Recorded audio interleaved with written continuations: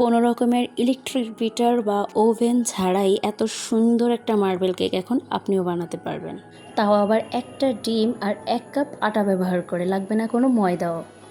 প্রিয় দর্শক, আসসালামু আলাইকুম। আজকে আমি সুন্দর একটা মার্বেল কেক চুলায় তৈরি করে দেখাবো।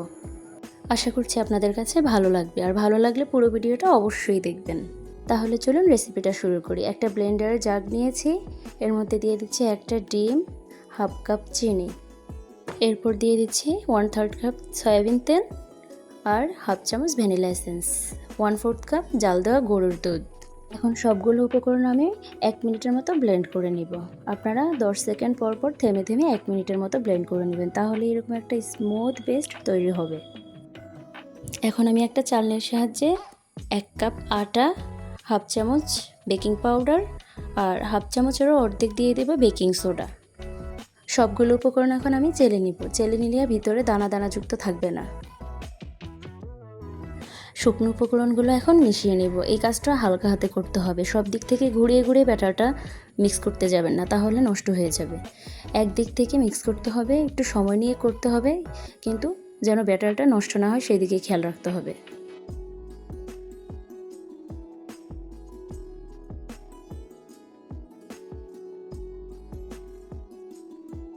উপকরণগুলো আমার মিশানো হয়ে গিয়েছে, একদম স্মুথ একটা ব্যাটার তৈরি হয়েছে। এখন আমি কেকের ব্যাটারটাকে 2 ভাগে ভাগ করে নেব। একটা ফ্লেভার থাকবে ভ্যানিলা, একটা ফ্লেভার থাকবে চকলেট। অর্ধেক মিশ্রণের সাথে একটা চালনির সাহায্যে এখন আমি 1 টেবিল চামচ কোকো পাউডার চেলে নিব।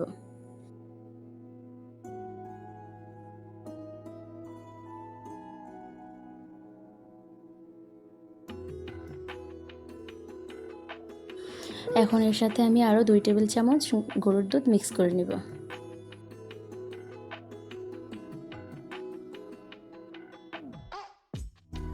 হালকা হাতে সবগুলো উপকরণ মিশিয়ে নিতে হবে।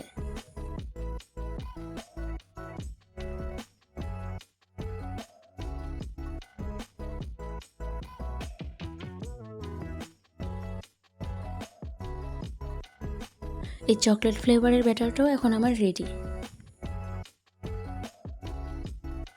একটা মোল্ডে এখন তেল দিয়ে ব্রাশ করে নেব।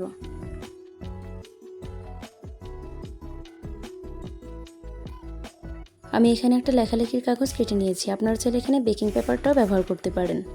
এখন এটা ভালোভাবে সেটিং করে দেব।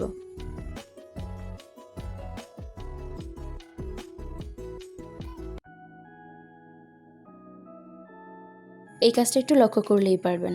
এখানে আমি প্রথমে দিয়ে দিব 1 চামচ ভ্যানিলা ফ্লেভার, আবার 1 চামচ চকলেট ফ্লেভার।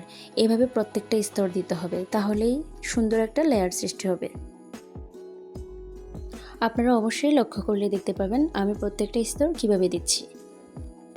প্রিয় দর্শক, আজকে আমি চেষ্টা করেছি হাতের নাগালের উপকরণগুলো দিয়ে এই কেকটা সহজভাবে তৈরি করে দেখাতে। আপনারা কতটুকু লক্ষ্য করেছেন আমি জানি না, তবে আমি একবারেই সহজভাবে রেসিপিটি দেখানোর চেষ্টা করছি। আমার ব্যাটারটা যখন সম্পূর্ণ দেওয়া শেষ হয়ে যাবে, এখন একটু ঝাঁকিয়ে নিব, তাহলে ভিতরে বাবলগুলো বের হয়ে যাবে আর ভিতরে ছিদ্র ছিদ্র থাকবে না। এখন আমি একটা টুথপিকের সাহায্যে ফুলের মতো করে নেব। আপনারা দেখতেই পাচ্ছেন আমি সব দিক থেকে টেনে টেনে মাঝখান দিকে আনছি। এই কাজটা একটু লক্ষ্য করলেই পারবেন, তাহলে প্রত্যেকটা লেয়ার ফুলের মতো হবে। কেকটা যখন হয়ে যাবে তখন কাটার পরে দেখবেন ভিতর লেয়ারটা কত সুন্দরভাবে হয়েছে।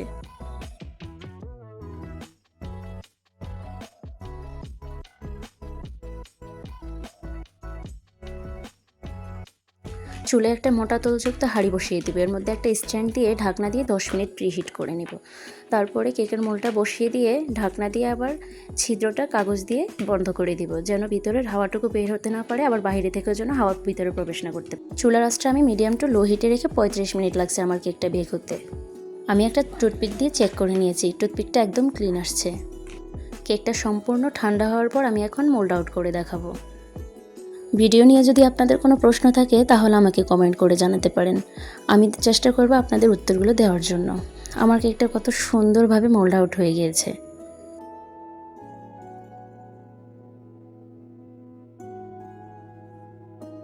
দেখতেই পাচ্ছেন কতটা সফট আর পারফেক্টভাবে হয়েছে।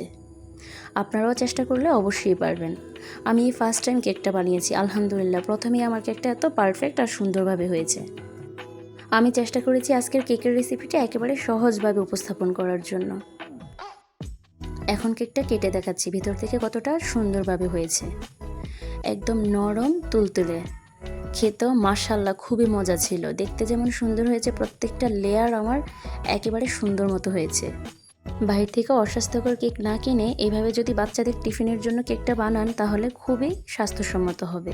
রেসিপিটা যদি আপনাদের কাছে ভালো লেগে থাকে তাহলে অবশ্যই লাইক কমেন্ট শেয়ার করে দিবেন। আমার চ্যানেলটা সাবস্ক্রাইব করে সাথেই থাকবেন। যারা ফেসবুক থেকে দেখছেন অবশ্যই পেজে ফলো দিয়ে রাখবেন এরকম সহজ সহজ নতুন রেসিপি পাওয়ার জন্য।